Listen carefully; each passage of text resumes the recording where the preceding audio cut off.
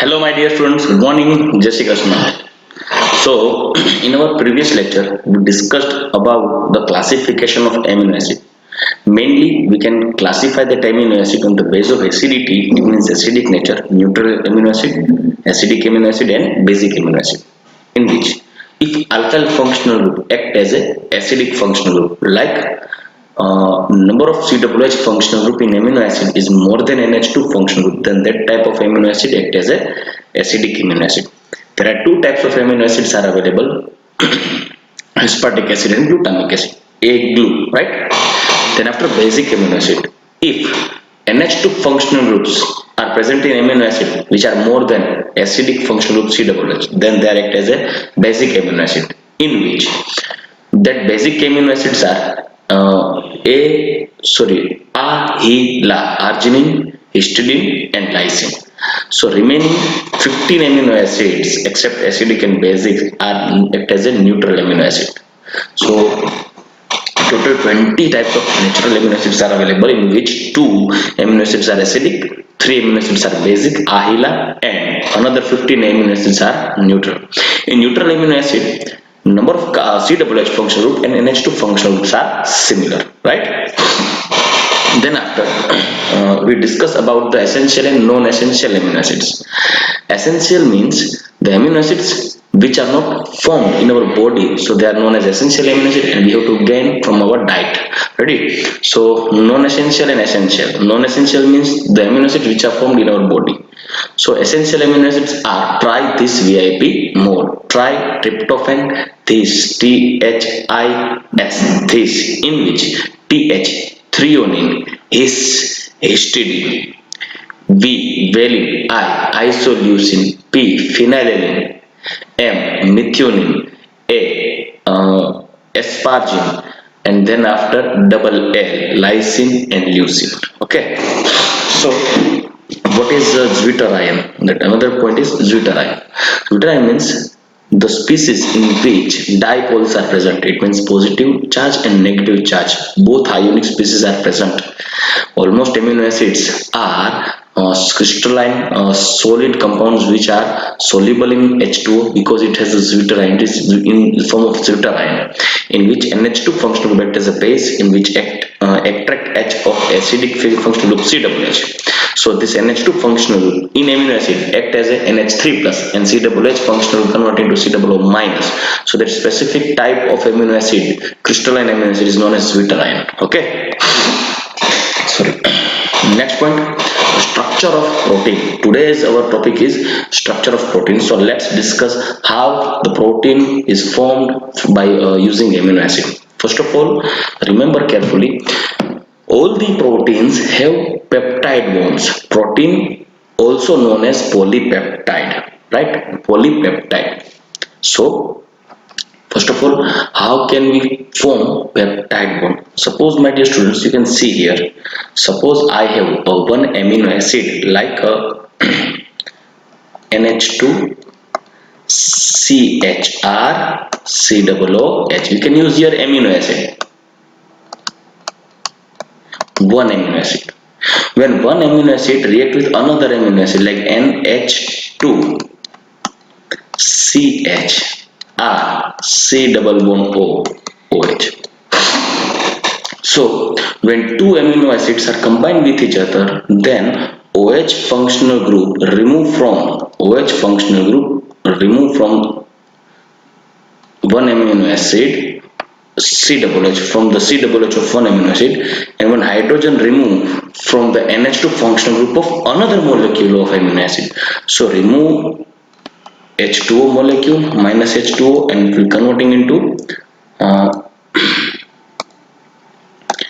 NH2. I'm sorry, NH2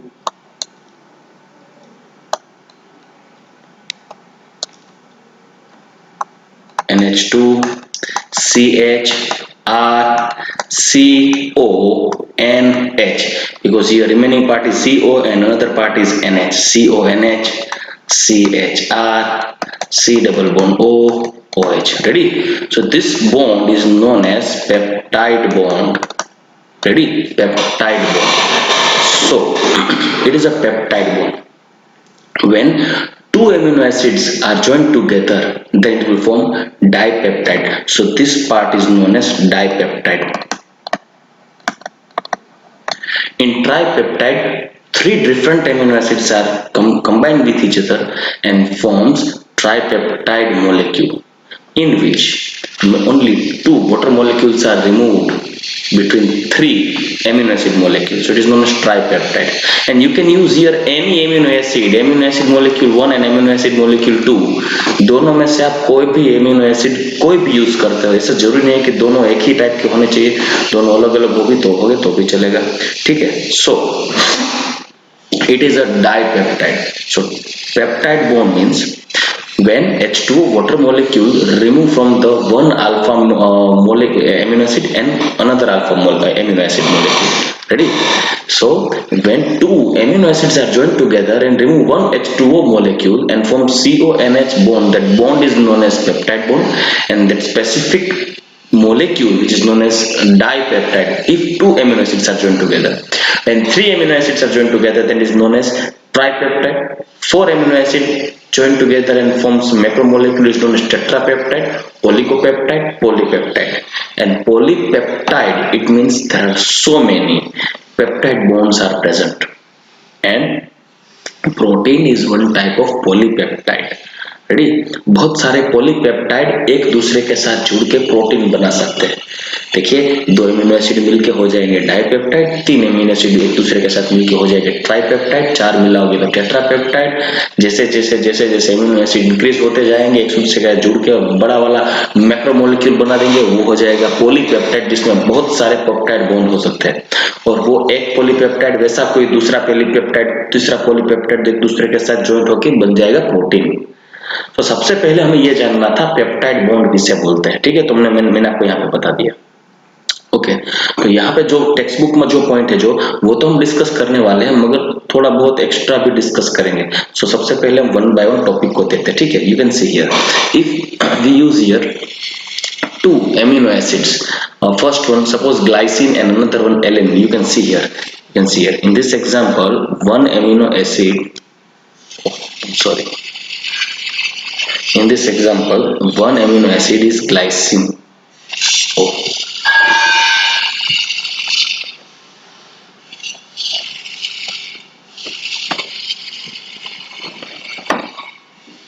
It is a glycine and it is a alanine. Ready? So OH from the glycine and hydrogen from alanine.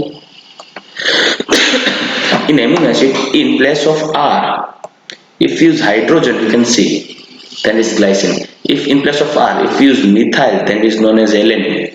So one glycine and another one alanine, when joined together, then OH from glycine and hydrogen from alanine remove in form of H2O.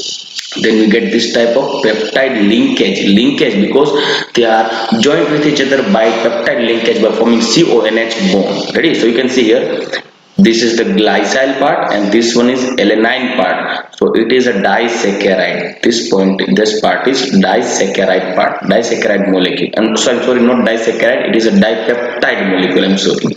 Ready? So you can see, you have already read that proteins are the polymers of alpha amino acids. Clear? मैंने आपको पहले ही बता दिया था. And they are connected to each other by peptide bond or peptide linkage. Peptide bond or peptide linkage. Chemically, peptide linkage is an amide formed between COCH group and NH2 group. Amide क्यों? क्योंकि बच्चों यहाँ पे जब हमारे पास C double bond O NH2 group होता है तो इसे हम बोलते हैं एमाइड ग्रुप. वैसे ही अगर ये हाइड्रोजन निकाल दो एमाइड में से तो ये हो जाएगा हमारा सेकेंडरी एमाइड, मगर है तो हमारा एमाइड ही. So it is also known as, this polypeptide linkage is also known as polyamide bonds. Ready? So this reaction between two molecules of similar or different amino acids, पहले वाला बता दिया मैंने आपको कि आप दो अमीनो एसिड यूज करते हो तो वो बना देगा डाइपेप्टाइड मोलेक्यूल, मगर वो दो अमीनो एसिड सिमिलर हो भी सकते हैं और आप डिफरेंट भी यूज कर सकते हो. दो अलग अलग अमीनो एसिड लेके अलग अलग पेप्टाइड बॉन्ड हम बना देंगे. कैसे बनाते हैं वो भी आपको मैं दिखा दूंगा अभी, ठीक है. Okay, so proceed both molecules of amino acid proceed through the combination of the amino group of one molecule with carboxyl group of other, मतलब एक मोलेक्यूल का एमिनो ग्रुप एंड दूसरे मोलेक्यूल का कार्बोक्सिलिक एसिड ग्रुप एक दूसरे के साथ connect होता है और वहां से H2 मोलेक्यूल निकल जाएगा, जिसमें से एक OH मोलेक्यूल निकलेगा COOH का, हाइड्रोजन निकलेगा NH2 ग्रुप का। Ready? So by removing water molecule from the two amino acid molecule, then they will combine with each other, linkage with each by peptide bond, that is CONH bond. Ready? Okay, so you can see here this result in the elimination of water molecule and formation of peptide bond CONH, and the product of the reaction is called dipeptide because it is made up of to amino acid, दो amino acid मिला के dipeptide बना देंगे, तीन amino acid मिला के tripeptide बना देंगे। ठीक है, okay. For an example, when carboxyl group of glycine, glycine यहाँ पे देखिए ये वाला था हमारा glycine, combines with the amino group of alanine, we get dipeptide, glycyl alanine। ये COOH ज्वाइंट हो जाएगा ग्लाइसिन का, NH2 ज्वाइंट होगा एलेनिन का, तो बना देगा ग्लाइसाइल एलेनिन। अभी आपको दिमाग में आएगा सर ये नाम कहां से निकाला, ग्लाइसाइल एलेनिन कहां से निकाला? तो ये कैसे इसका नाम दिया जाता है, कैसे ट्राइपेप्टाइड का नाम दे सकते हैं, चलो हम प्रॉपर एग्जांपल लेके इसको समझ लेते हैं। ठीक है, सो नेक्स्ट पॉइंट हमारा देखते हैं यहां से,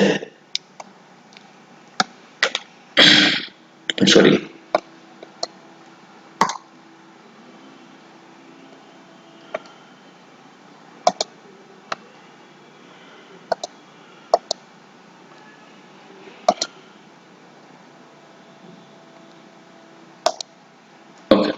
तो भी यहां से देखते हैं आगे का एग्जांपल लेते हैं। चलो बच्चों, अगर हमें बनाना है ट्राइपेप्टाइड तो हमें तीन एमिनो एसिड को यूज करना होगा।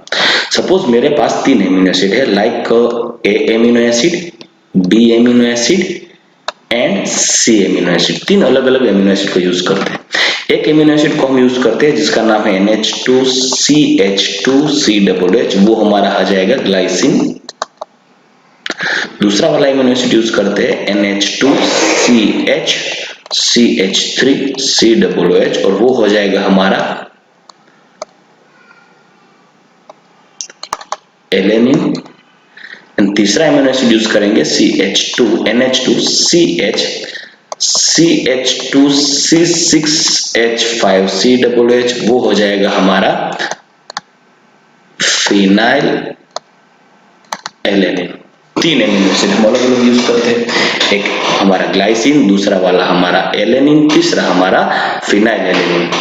तो हम तीन अलग अलग मॉलिक्यूल को यूज करके अब ज्वाइन करने वाले हैं। देखिए तो कैसे ज्वाइन करेंगे हम यहाँ पे देखते हैं। चलो कुछ नहीं करना है बच्चों, आपको सिर्फ वाटर मॉलिक्यूल निकालना है। कैसे यहाँ से निकालोगे, एक OH निकल जाएगा ए एमिनो एसिड में से, एक H निकल जाएगा बी एमिनो एसिड में से, सामने एक OH निकल जाएगा बी एमिनो एसिड के COOH में से, और एक H निकल जाएगा सी एमिनो एसिड के NH2 ग्रुप में से। ठीक है, तो टोटल कितने वाटर मॉलिक्यूल निकलेंगे बच्चों, देखिए यहाँ पे एक वाटर मॉलिक्यूल निकल गया, यहाँ से दूसरा वाला।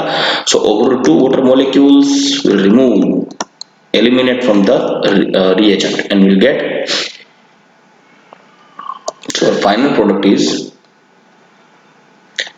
NH2CH2CONH CH3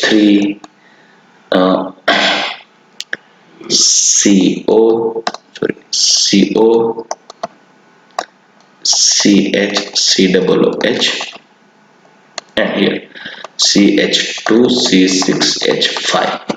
तो ये हो गया हमारा ट्राइपेप्टाइड, जिसमें से आपको ट्राइपेप्टाइड में कितने बॉन्ड मिल सकते हैं। तो देखिए एक यहाँ पे हो गया हमारा CONH बॉन्ड, सॉरी, और यहाँ पे भी हमारा हो जाएगा CONH बॉन्ड। देखिए तो 2 peptide bonds are present in this tripeptide, it is a tripeptide.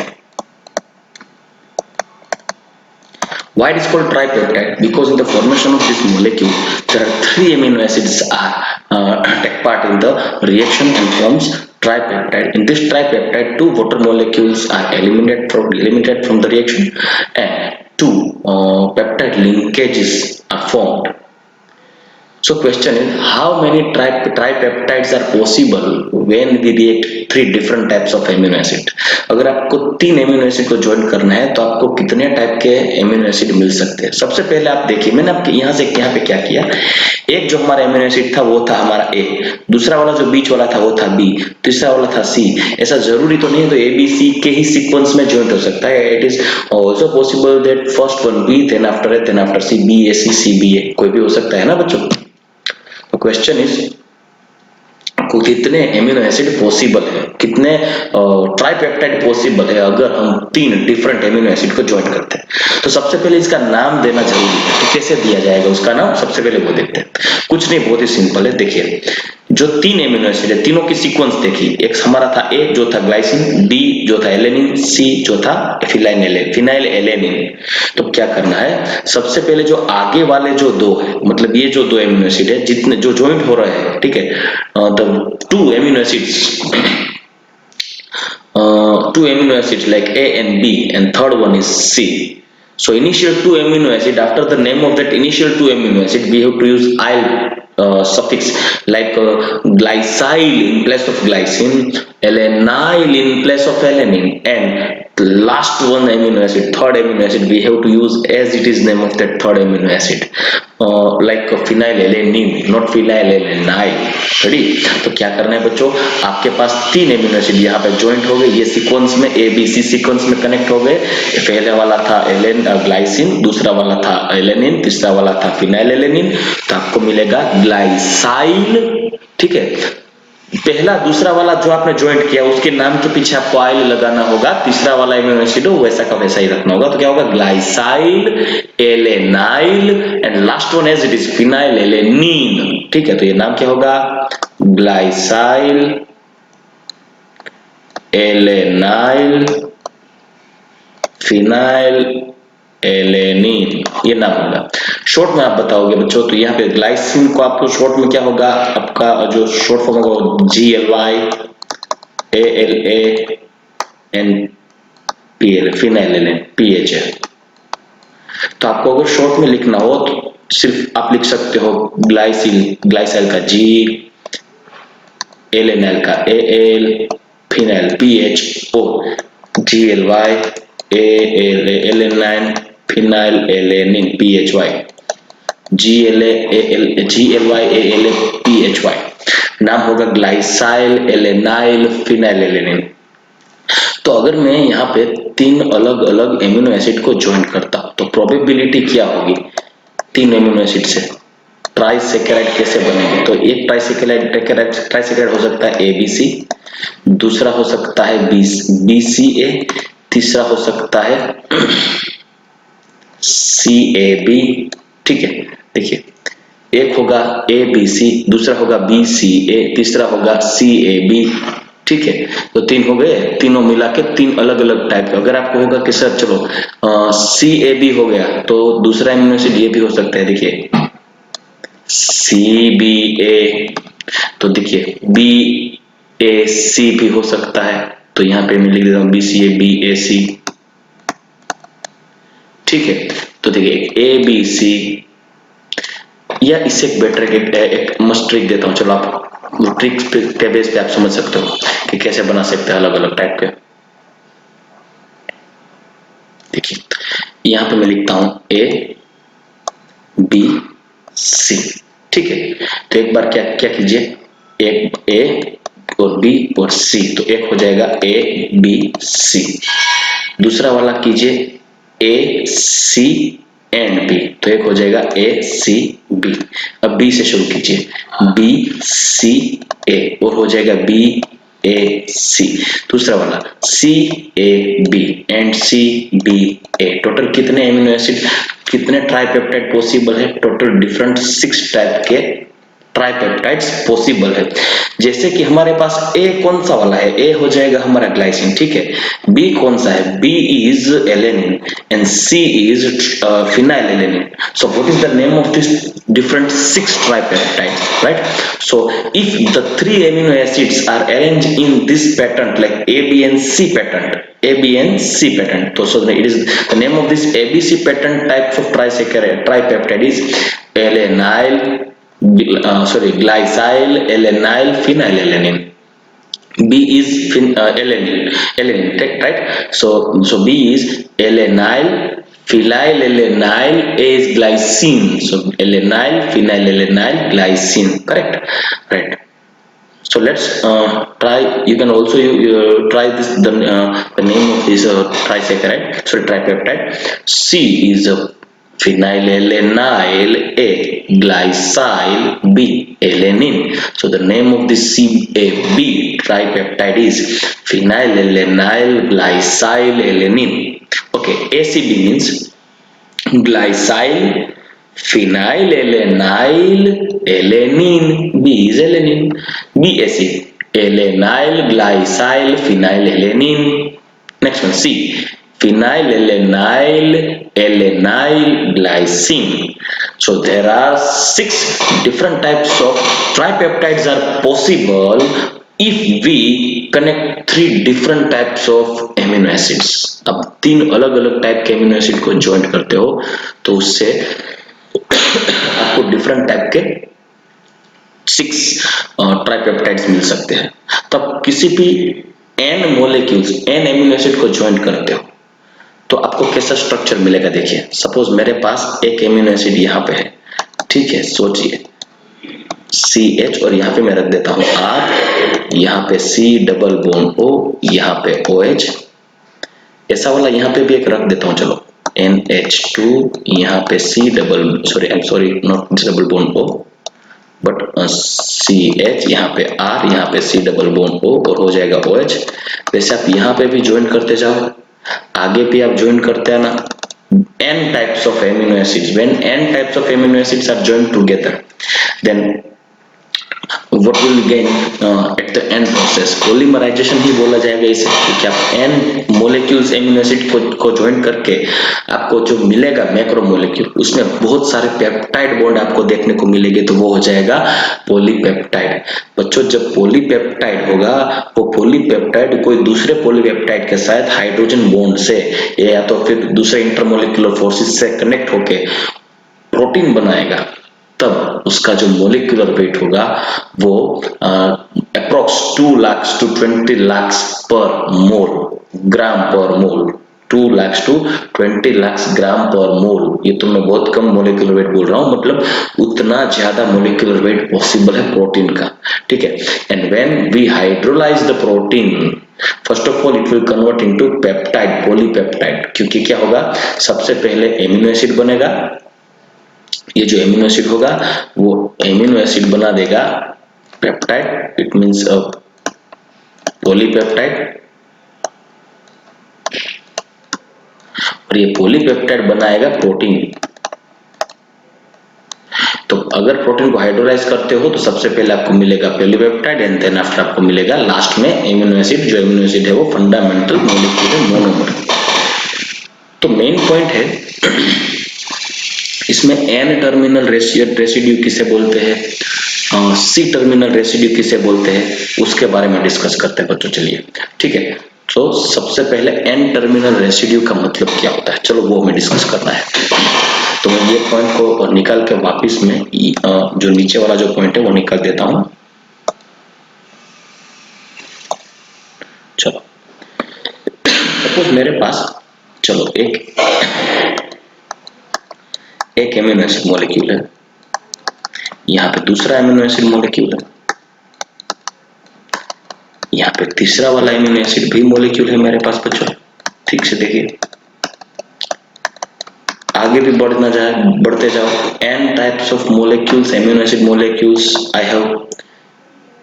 It is not necessary that all the amino acids are similar. बहुत अलग अलग भी हो सकते हैं, मगर जब ये एमिनो एसिड एक दूसरे के साथ ज्वाइंट होंगे तो कैसे होगा, देखिए मैं आपको सिंपल एग्जाम्पल से समझाता हूँ। देखिए, एक यहाँ से OH निकलेगा और दूसरी जगह से एक H निकलेगा, यहां से एक H निकल देता हूं, यहां से एक OH निकलेगा, यहां से एक H निकलेगा, ठीक है। तो यहां से भी एक OH निकल जाएगा, आगे वाले का H निकलेगा, और यहाँ पे लेफ्ट साइड देखिए, यहाँ पे लास्ट में आपको लेफ्ट हैंड साइड NH2 दिख रहा है, तो ये H निकल जाएगा, दूसरे जो उसके बगल वाले लेफ्ट साइड में और एक एमिनो एसिड होगा, उसके COOH का OH निकल जाएगा। तो आपके पास रिमेनिंग पोर्शन क्या बचेगा बच्चों, एक बार देखिए रिमेनिंग पोर्शन आपको क्या मिलेगा, रिमेनिंग पोर्शन आपको ये मिलेगा, देखिए ये लास्ट में हो जाएगा NH, ठीक है, ये बॉन्ड ऐसे चला जाएगा, CHR, यहाँ पे हो जाएगा CONH, यहाँ पे मिलेगा, देखिए CO निकल गया, ऐसे H निकल गया तो NH बच गया, उसके बाद CHR, ये हो जाएगा C डबल बॉन्ड O, यहाँ से आ जाएगा NH और यहाँ पे CHR और यहाँ पे मिल जाएगा C डबल बॉन्ड O, ठीक है। तो ये आपका हो जाएगा पॉलीपेप्टाइड। यहाँ पे आप N लिख सकते हो, मगर एक्चुअली N एग्जैक्टली नहीं लिख सकते क्योंकि आप यहाँ पे 3 दिखा दिए। तो मेरे पास अगर सिमिलर टाइप के सभी एमिनो एसिड है तो मैं यहाँ से कोई छोटा वाला रिपीटिंग यूनिट बता सकता हूं। तो कैसे बताएंगे, देखिए ये पोर्शन आप देखिए, ये पोर्शन यहां से ये पोर्शन देखिए, आपको ये पोर्शन जैसा मिलता है वैसे ही आपको ये पोर्शन मिलेगा, वैसे भी यही पोर्शन मिलेगा। मतलब आप सोचोगे कि सर ये जो पोर्शन है, ठीक है, ये जो पोर्शन है आपको देखने को मिल रहा है,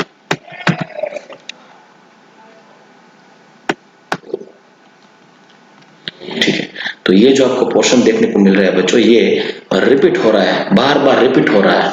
तो आप इसके बदले आप एमिनो एसिड प्रोटीन, ये जो पॉलीपेप्टाइड है, वो पॉलीपेप्टाइड को आप शॉर्ट में कैसे लिख सकते हो, ऐसे लिख सकते हो NH CH R C double bond O N time, क्योंकि ये तो 3 टाइम आपने देख लिया, ये 3 टाइम यहाँ पे रिपीट हो गया। अब ऐसे सपोज आपके पास थाउजेंड्स ऑफ एमिनो एसिड्स एक दूसरे के साथ लिंकेज होके पॉलीपेप्टाइड बना रहे, तो आप क्या करेगा, आपको क्या करना होगा, जो पॉइंट जो बार बार रिपीट हो रहा है वही पोर्शन को आप एक बार लिखोगे और जो ब्रैकेट के बाहर आप लिख सकते हो N। अगर आप N यहाँ पे लिख देते हो तो वो इंडिकेट करता है कि ये पोर्शन है जो रिपीटिंग यूनिट है। तो ये हो जाएगा हमारा कॉमन फॉर्मूला ऑफ प्रोटीन, ठीक है। तो पॉइंट ये है कि sir N terminal residue and C terminal residue क्या होता है। देखिए बच्चों, मेरे पास, मैं वापस आपको एक यहाँ पे एक ट्राइसेकेराइड बना के देता हूं, ट्राइसेकेराइड, टेट्रासेकेराइड, पॉलीसेकेराइड, आप जो भी बनाओ, मुझे आपको बताना है N terminal residue and C terminal residue. What is N terminal residue and C terminal residue? So let's discuss the C terminal and N terminal residue by using the proper trisaccharide example. Suppose I have A is glycine amino acid, B is alanine and C is phenylalanine। तो बच्चों क्या होगा, देखिए मेरे पास जो glycine था उसको alanine के साथ जोड़ना होगा, तो CHR लिख के यहाँ पे C डबल बॉन्ड O लिखता हूँ, यहाँ पे O लिखता हूँ OH, यहाँ पे लिखता हूँ H, यहाँ पे NH लिखूंगा, ये CHR, sorry, in place of R for alanine we can use here CH3 and here C double bond OH, and for phenylalanine यहाँ पे आप लिखोगे प्लस, यहाँ पे प्लस फिनाइलैलानाइन लिखते हैं, चलो NH2 CH CH2 C6H5, यहाँ पे लिखोगे C double bond O and OH, ready. तो 3 अलग अलग मोनोमर जो हमारा एमिनो एसिड है उसको आप ज्वाइन करने जा रहे हैं। कैसे करोगे बच्चों, वो देखते हैं। यहाँ से आप क्या करोगे, एक वाटर मॉलिक्यूल इन दोनों के बीच में से निकालने वाले, ठीक है, मतलब ये दो एमिनो एसिड मॉलिक्यूल्स के बीच में से एक वाटर मॉलिक्यूल निकल जाएगा जिसमें से OH फंक्शनल ग्रुप निकलेगा, एक मोनोमर है जो एमिनो एसिड है उसके कार्बोक्सिल फंक्शनल ग्रुप में से एक OH निकलेगा, और जो बगल वाला राइट हैंड साइड में जो एमिनो एसिड है उसमें से NH2 ग्रुप में से एक H निकल जाएगा। वही सेकंड वन वाला जो एमिनो एसिड है उसके कार्बोक्सिल ग्रुप से OH निकलेगा, और थर्ड वन जो एमिनो एसिड है उसके NH2 ग्रुप में से H निकल जाएगा। सो आपके पास कौन सा पोर्शन बचने वाला है, तो आप ये देखिए, चलो देखते हैं। So the remaining part is NH2 CH, यहाँ पे ग्लाइसिन में हो जाएगा H, ठीक है। सो यहाँ पे H2 लिखता हूं, CONH CCH3, यहाँ पे H आ जाएगा, sorry H CONH CH2 C6H5 and COOH। तो ये देखिए, ये हो जाएगा हमारा tripeptide glycyl alanyl phenyl alanine tripeptide. So in this tripeptide you can see in left hand side, ये जो लेफ्ट हैंड साइड आप देखोगे तो ये जो पोर्शन था, ये पोर्शन देखिए, ये वाला पोर्शन है, इसमें से लेफ्ट हैंड साइड यहाँ पे फ्री फॉर्म में एमिनो फंक्शनल ग्रुप आपको देखने को मिल रहा है। ये जो एंड पॉइंट था, ये जो टर्मिनल पॉइंट है, जिसे एंड पॉइंट बोलते हैं उसे टर्मिनल पॉइंट भी बोलते हैं। ये जो ट्राइपेप्टाइड है उसमें जो लास्ट फंक्शनल ग्रुप है वो फ्री फॉर्म में है, वो अगर आप एक्स्ट्रा मॉलिक्यूल ऐड करते हो एमिनो एसिड का तो वो रिएक्ट कर सकता है, ठीक है। And in left and right side you can see in right side COOH functional group is present as a free functional group which is ready to react with another amino acid। तो ये जो tripeptide है इसमें दो and point आपको देखने को मिल रहा है। एक एंड पॉइंट ऐसा होगा जिसमें से COOH फंक्शनल ग्रुप फ्री है, एक एंड पॉइंट ऐसा है जिसमें नाइट्रोजन फंक्शनल ग्रुप फ्री है, ठीक है। तो ये जो नाइट्रोजन फंक्शनल ग्रुप फ्री है उसे बोलते हैं एन टर्मिनल रेसिड्यू, और जो COOH फंक्शनल ग्रुप फ्री है उसे बोलते हैं, ये जो वाला पोर्शन है उसे बोलते हैं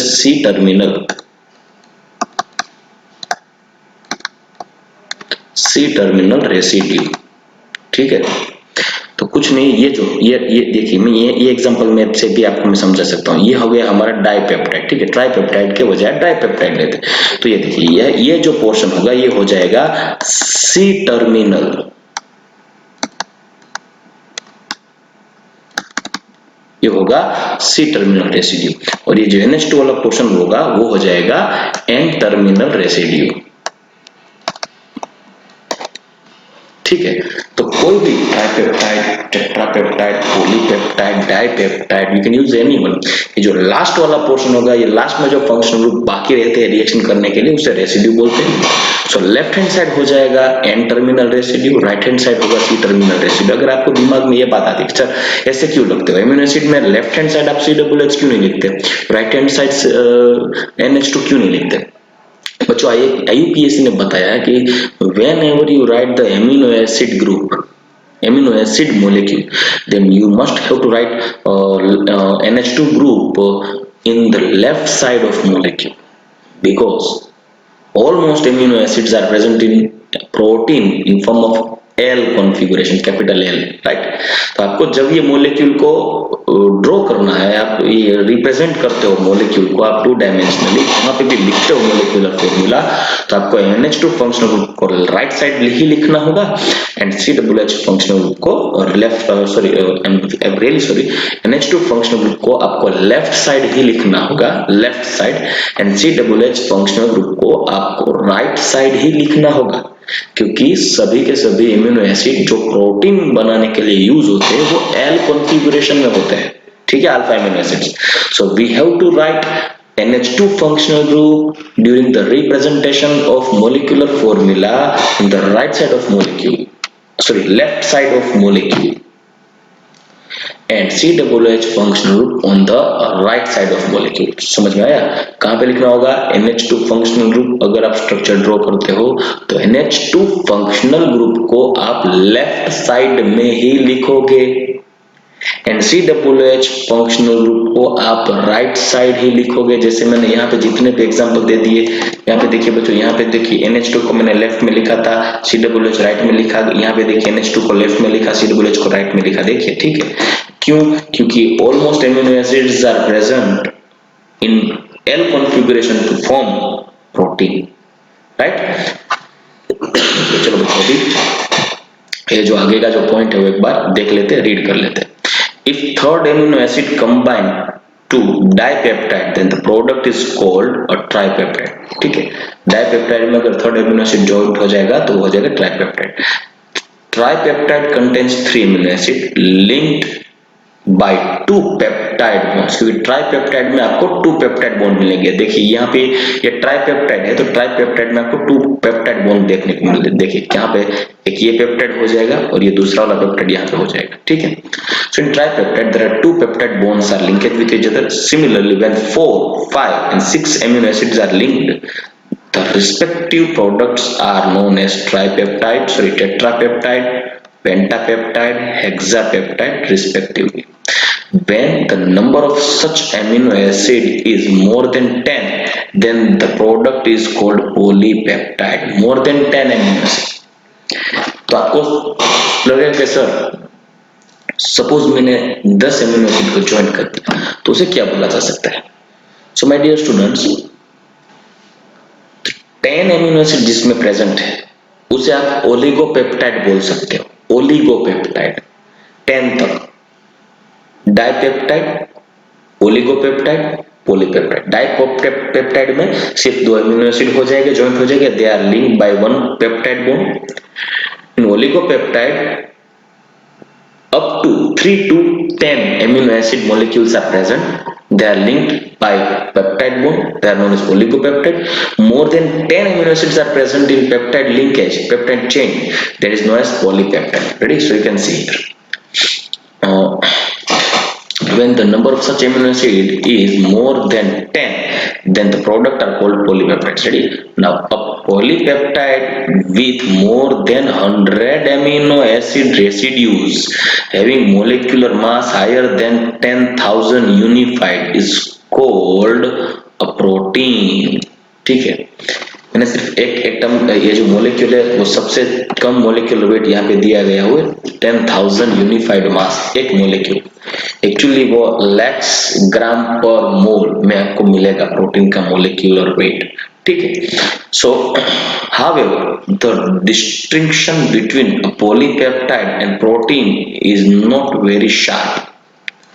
Polypeptide with fewer amino acids are likely to be called protein if they ordinarily have a well-defined conformation of protein such as insulin which contain 51 amino acids.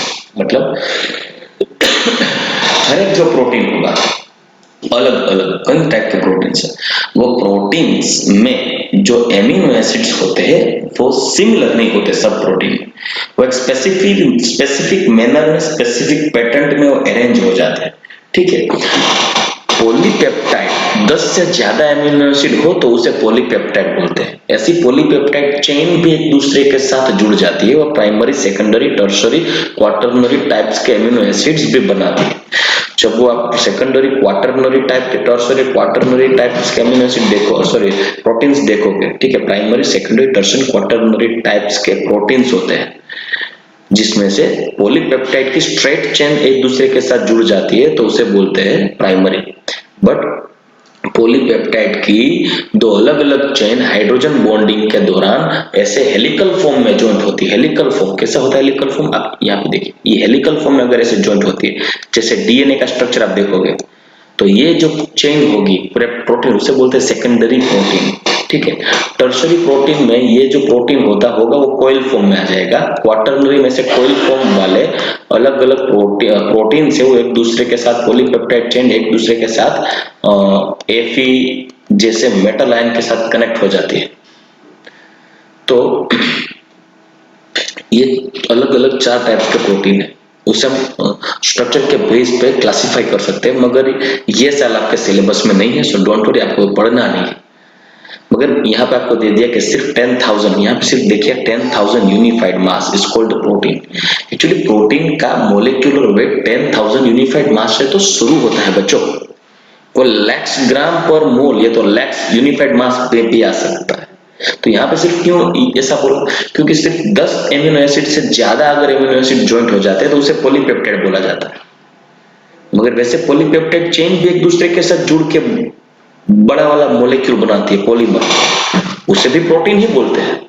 तो पॉलीपेप्टाइड में से प्रोटीन बन सकता है। सोचो, पॉलीपेप्टाइड प्रोटीन दोनों अलग है, इन दोनों के बीच में जो डिफरेंस है वो बहुत ही माइनर है, मगर पॉलीपेप्टाइड और प्रोटीन दोनों में माइनर गैप, तो प्रोटीन बनता है पॉलीपेप्टाइड एक दूसरे के साथ ज्वाइंट होने की वजह से।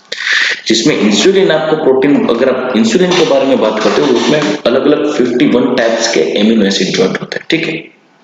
चलो, तो अभी हम नेक्स्ट पॉइंट के बारे में डिस्कस करिए। तो हमने देख लिया प्रोटीन के बारे में। Now next point is proteins can be classified into two types on the basis of molecular shape। मैंने आपको बोला molecular shape के बेस पे 2 टाइप में क्लासिफाइड होते हैं, और स्ट्रक्चर के बेस पे 4 टाइप होता है, प्राइमरी, सेकेंडरी, टर्शियरी, क्वार्टरनरी। मगर ये साल आपके सिलेबस में नहीं है, so don't worry.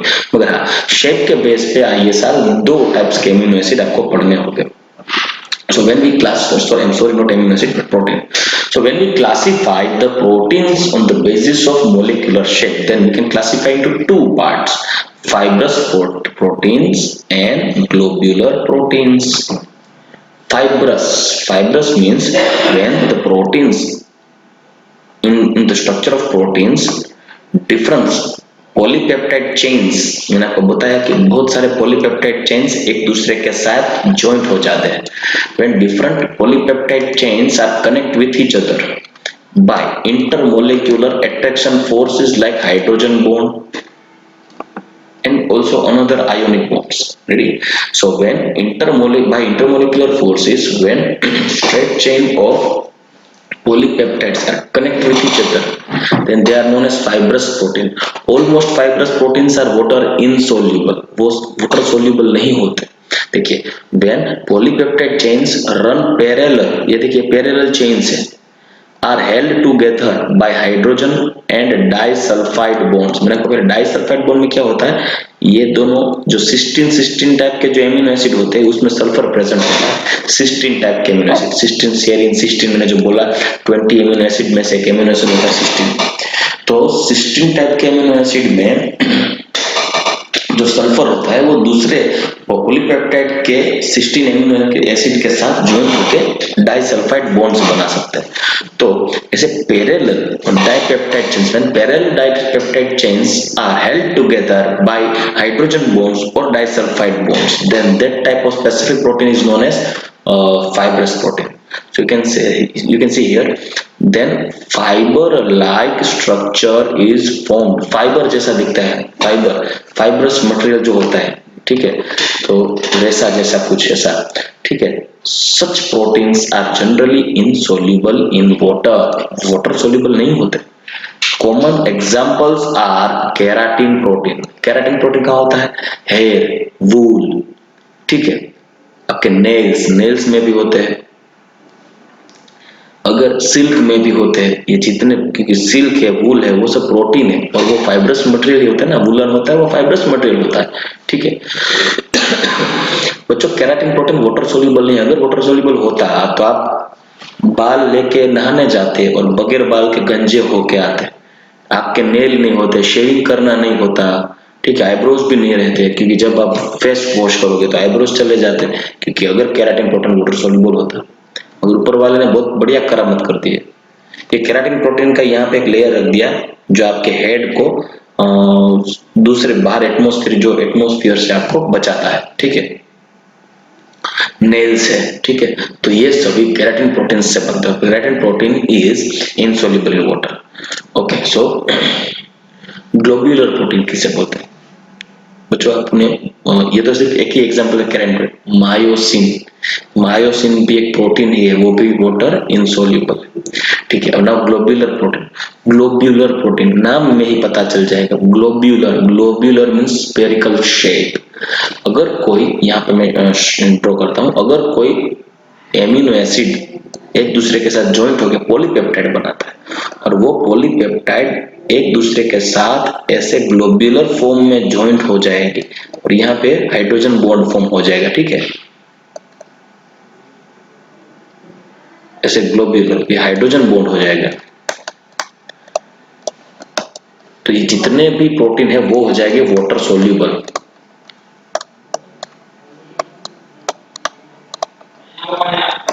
Water soluble, वो सभी ग्लोब्यूलर प्रोटीन वाटर सोल्यूबल है। जैसे हीमोग्लोबिन, हीमोग्लोबिन नाम में ही ग्लोब आता है।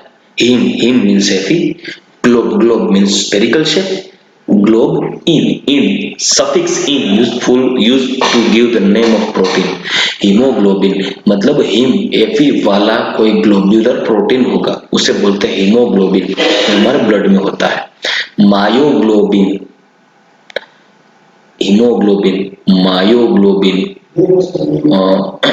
एल्ब्यूमिन, वो सभी प्रोटीन ग्लोब्यूलर प्रोटीन है। देखिए, in this structure result this structure result when the chains of polypeptides coil around to give the spherical shape। देखिए कोयल हो गई ना, यहाँ पे मैंने यहाँ पे पहले स्ट्रक्चर ड्रॉ करके दे दिया आपको। coiled around to give a spherical shape, these are usually soluble in water।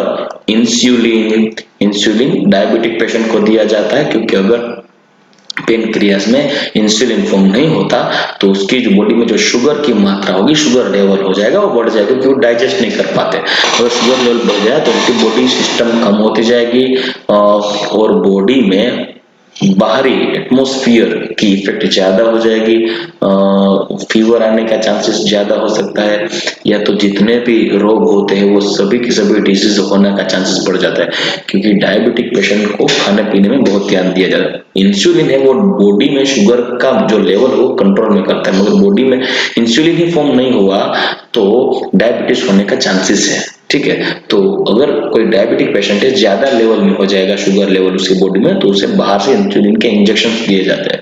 वो इंसुलिन एक टाइप का प्रोटीन है। ठीक है, then after albumins are the common example of globular protein. Albumin जो एग में मिलता है, एल्ब्यूमिन प्रोटीन, वो स्टिकी होता है, ब्लड में स्टिकीनेस मेंटेन करने के लिए यूज होता है। और वैसे मैंने दूसरा भी एग्जांपल दिया, हीमोग्लोबिन, मायोग्लोबिन, मसल्स में मिलते हैं मायोग्लोबिन। ठीक है, so these are two classified types of proteins on the basis of molecular shape।